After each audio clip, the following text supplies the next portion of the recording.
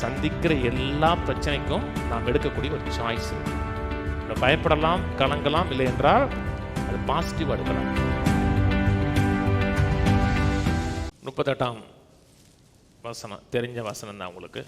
பின்பு அவர்கள் பிரயாணமாய் போகையில் ஒரு கிராமத்தில் பிரவேசித்தார். அங்கே மார்த்தாள் என்னும் பேர் கொண்ட ஒரு ஸ்திரீ அவரை தன் வீட்டிலே ஏற்றுக்கொண்டாள். அவளுக்கு மரியாள் எனப்பட்ட ஒரு சகோதரி இருந்தாள். அவள் இயேசுவின் பாதத்தருகே உட்கார்ந்து அவருடைய வசனத்தை கேட்டுக்கொண்டிருந்தாள். மார்த்தாளோ பற்பல வேலைகளை செய்வதில் மிகவும் வருத்தமடைந்து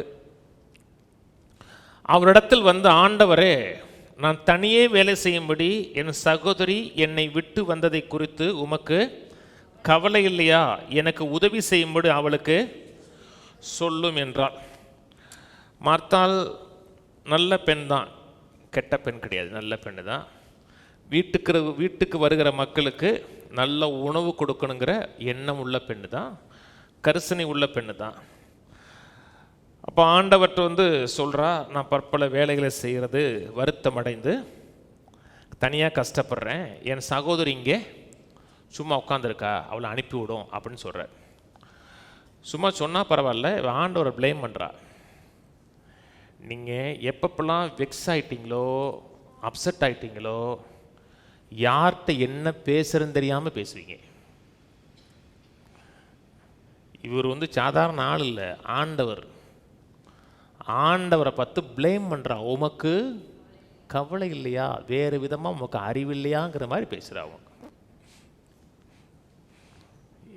எப்பப்பெல்லாம் நீங்கள் வெக்ஸ் ஆகிட்டீங்களோ, அப்செட் ஆகிட்டீங்களோ, நம்ம யார்கிட்ட பேசுகிறோம், என்ன காரியங்களை பேசுகிறேன்னு உங்களுக்கு அந்த அறிவே இழந்துருவோம்.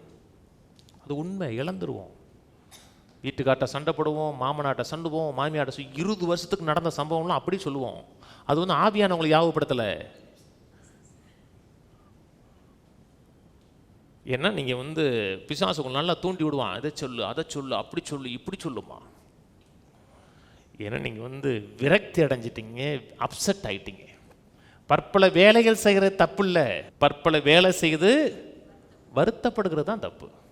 வருத்தப்பட்டு வேதனைப்பட்டு ஆண்டவர் அவங்க வீட்டில் பேசிகிட்டு இருக்காருங்க.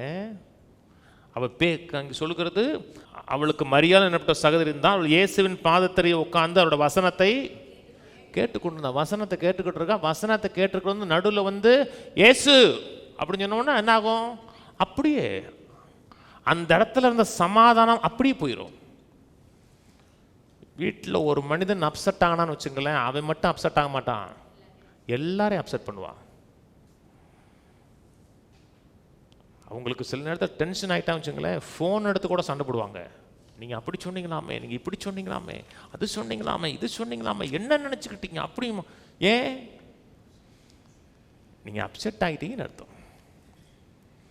அப்செட் ஆகிட்டான் எப்படி நடந்துக்கணும், ஏது நடந்துக்கணும், எதுவுமே தெரியாது உங்களுக்கு.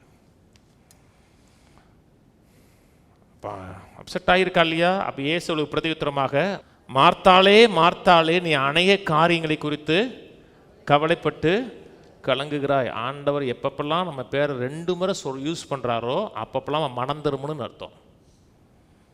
ஒரு முறை சொன்னாருன்னா பிரச்சனை இல்லை, 2 முறை யூஸ் பண்ணுறாருன்னா சம்திங் ராங்னு அர்த்தம். மார்த்தா மார்த்தா, பேதுரு பேதுரு அப்படிலாம் சொல்கிறாருன்னா மனம் திரும்பணும்னு அர்த்தம். நீ அநேக காரியங்களை குறித்து கவலைப்பட்டு கலங்குகிறாய், தேவையானது ஒன்றே. மரியாள் தன்னை விட்டு எடுபடாத நல்ல பங்கை தெரிந்து கொண்டாள். இவ செஞ்சது தப்பா? வீட்டில் வேலை செஞ்சது தப்பா? நல்லா கவனிங்க. இப்போது ஏசுனார் உங்கள் வீட்டுக்கு வர்றாரு, நீங்கள் தான் மார்த்தா. மரியா உட்காந்து வசனம் கேட்குறா, நீங்கள் என்ன பண்ணுவீங்க? என்ன பண்ணுவீங்க? ஒன்றுமே வர மாட்டீங்களா? ஏங்க நீங்கள் தான் வீட்டில் சமைச்சிட்டு இருக்கீங்க, என்னங்க பண்ணுவீங்க? அடுப்பு அமைச்சிட்டு வந்துடுவீங்களா? ஒன்றும் அடுப்பு அணைக்கணும், இல்லைன்னா இன்னைக்கு இருந்துச்சுன்னா ஆர்டர் வீட்டுக்காரனை கூப்பிட்டு ஆர்டர் போட்டு வாடன்றணும். இவ சமைக்கிறா, அவள் வீடு அது மார்த்தாளுடைய வீடு. அது அந்த சூழ்நிலைகளை தனக்கேற்ற மாதிரி சாதமாக்கலாம். ஆண்டவர் நம்ம வீட்டில் வந்து வசனம் பிரசங்கம் பண்ணுவதற்கு ஒரு வாய்ப்பு இருக்குது. அதை நம்ம டிஸ்டர்ப் பண்ணக்கூடாது. சரி, கேட்குறவங்க கேட்கட்டும். சரி, மரியாள் கேட்குறா, அப்போ மேலே அவனு கேட்டுக்கலாம். அவருக்கு சரியாக சமைக்க தெரியாது, நம்ம நல்லா சமைப்போமே சொல்லி முழு கவனத்தோட நன்றியோடு சமைச்சு போய் வச்சுருக்கலாம்.